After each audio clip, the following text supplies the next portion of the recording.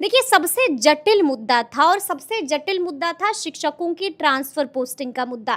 क्या अब वो सुलझ गया है?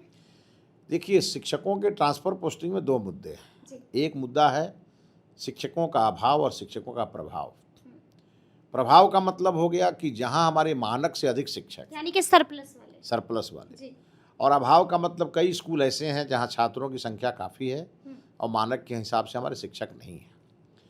तो अभी तक जितने लोगों ने अपनी पोस्टिंग कराई, अपनी सुविधा से करा ली, हुँ। जबकि ये नहीं होना चाहिए नौकरी में। नौकरी में हमें पूरे बिहार की चिंता करनी है। हुँ।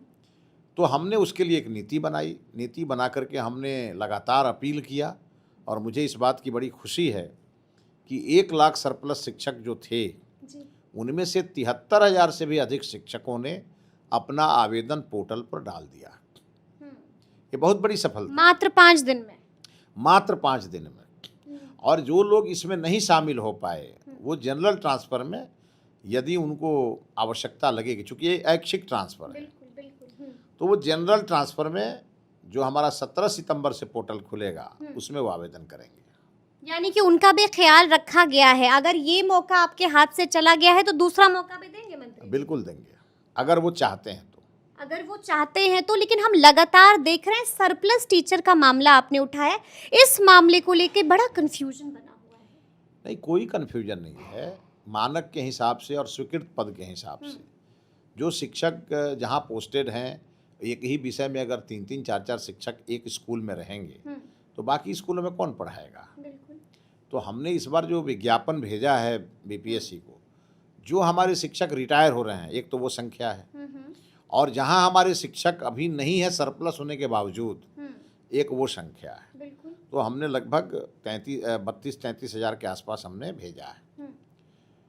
अब सवाल ये है कि ये जो हमने अभी अधियाचना भेजी है, ये अपनी जगह है, जब वो बहाल होके आएंगे वो शिक्षक फिर अपने जगह जाएंगे।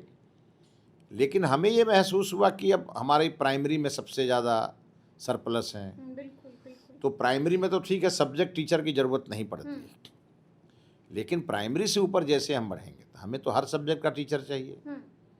तो हमने बड़े ढंग से इसका पूरा वर्कआउट किया विभाग में, और तब हमने ये शुरू किया। और आपने देखा होगा आवेदन लेने के बाद इसकी जो प्रक्रियाएं हैं, जी, जी। वो एसओपी के साथ होंगी। कोई भी विभाग का व्यक्ति उसका विचलन नहीं कर पाएगा, और हमारे किसी शिक्षक पर कोई जबरिया ट्रांसफ़र नहीं होगा। ये नहीं होगा, ये बड़ी बात आप कह रहे हैं, जबकि वो लोग घबराए हुए हैं कि कहीं जबरन ना ट्रांसफर नहीं कर नहीं दिया नहीं, किसी शिक्षक का जबरन ट्रांसफ़र नहीं होगा। जाए। लेकिन जो 2-3 चीज़ें हैं, उन्हें शिक्षकों को भी समझना होगा। पहला, 5 साल यदि आपने एक जगह पूरा कर लिया, तो आपका जगह बदलेगा। जगह बदलेगी। दूसरा, यदि आप अपने ही पंचायत में हैं, महिला शिक्षिका, जी, जी। तो उनका पंचायत बदलेगा। पंचायत बदलेगी। और यदि पुरुष शिक्षक अपने ही ब्लॉक में हैं, जो गृह ब्लॉक है उनका, तो उनका ब्लॉक बदलेगा। ये चीज़ें स्टैंडर्ड एसओपी है, ये सभी शिक्षक जानते हैं। तो हम जानते हैं कि हमारे सभी शिक्षक होशियार हैं, बुद्धिमान हैं, वो निश्चित रूप से समय से अपना आवेदन डाल देंगे और उनका ट्रांसफ़र हो जाएगा। और उनका ट्रांसफ़र हो जाएगा। लेकिन हाल ही में हमने भी कुछ शिक्षकों से बातचीत की थी, उसमें डांस टीचर्स थे, सिंगिंग टीचर्स थे, फाइन आर्ट्स वाले टीचर्स थे, वो भी बड़ा परेशान है। आपसे मुलाकात भी की थी, उनके बारे में उनका उनका उनका जो भी आवेदन था, जी। उस सब का मैंने विभाग में संज्ञान लिया और हमने उसके समाधान के रास्ते खोल दिए। समाधान के रास्ते उसके भी खोल दिए हैं आपने, यानी कि उनको भी गुड न्यूज़। देखिए, मैं ऐसा शिक्षा मंत्री हूँ जी, जी। कि जहाँ जहाँ भी हमारे विभाग में परेशानी आएगी, चाबी मेरे पास है, और मैं वो ताला खोल करके उस समाधान को ख़त्म करूँगा। ये तो हम देखते हैं कि कहीं पर भी परेशानी आती है, शाम होते होते आपका एक पत्र आ जाता है, हाँ बिल्कुल, आप सुलझा देते हैं वो परेशानी। एकदम सबसे बात कर। मेरे यहाँ क्या है, हमारे यहाँ संवाद है, और जहाँ संवाद है वहाँ विवाद नहीं है। विवाद नहीं है। हाँ। जी। हम सबसे राय लेते हैं, हाँ। जो बेहतर है। देखिए, कानून का पालन तो सबको करना पड़ेगा, तो जो नियम हमने बनाए हैं उस नियम से विचलन नहीं होगा। लेकिन उसी में हमने बीमार लोगों के लिए, हमने दिव्यांग लोगों के लिए, महिलाओं के लिए तो सबसे बेहतर हमने व्यवस्था बनाई है। और एक बात और है, सभी शिक्षक अपने घर में रहेंगे तो उन्हें इज्जत नहीं मिलेगा। कहा गया ना, घर की मुर्गी दाल बरोबर। इसीलिए वो अगर दूसरे पंचायत में रहेंगे तो एक गुरु का जो सम्मान होता है वो उन्हें मिलेगा।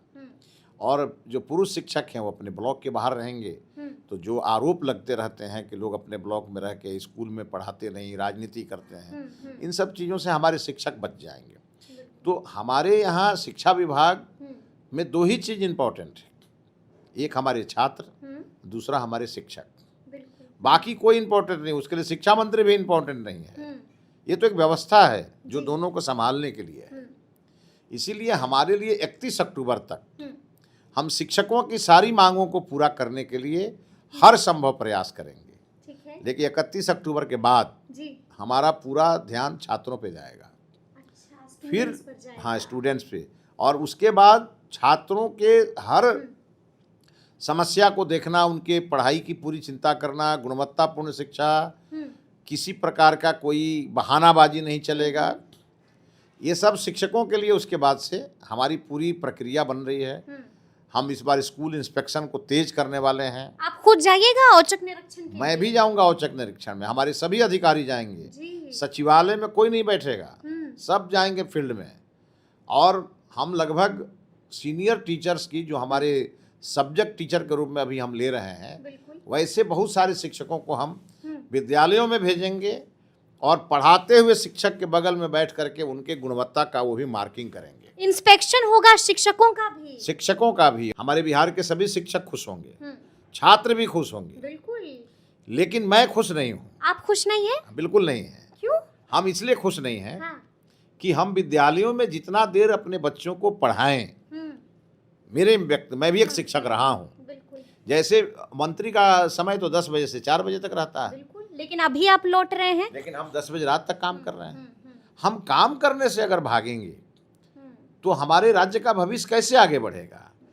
हम बिहार को ज्ञान की धरती मानते हैं। प्रभु श्री राम ने ज्ञान प्राप्त किया यहाँ। नालंदा विश्वविद्यालय विश्व के ज्ञान का केंद्र था। तो हम मेहनत करने से क्यों पीछे भागें? हम अगर ऐशो आराम की जिंदगी जीने लगेंगे तो हमारे भविष्य का क्या होगा? इसी नाते, शिक्षा मंत्री के नाते, हमने शिक्षकों की खुशी और छात्रों की खुशी का ध्यान रखकर और माननीय मुख्यमंत्री जी के द्वारा घोषित किए जाने के पश्चात हमने इसकी घोषणा तो कर दी। लेकिन मेरा मानना है कि अगर मैं शिक्षक रहता तो हम इसको स्वीकार नहीं करते। आप शिक्षक रहते तो स्वीकार नहीं हाँ, करते। अगर हम सरकारी शिक्षक होते तो हम इस बात के लिए कहते कि नहीं, हमें और 2 घंटा पढ़ाना चाहिए, क्योंकि हम जितना काम करेंगे उतना ज़्यादा बिहार को रिजल्ट मिलेगा। और अभी बिहार बहुत पीछे है कई मायनों में। इसी नाते हमें अपने आराम की चिंता नहीं है, बिहार को आगे बढ़ाने की चिंता है। बिहार को आगे बढ़ाने की चिंता है। देखिए, खुलकर बात कर रहे हैं मंत्री जी।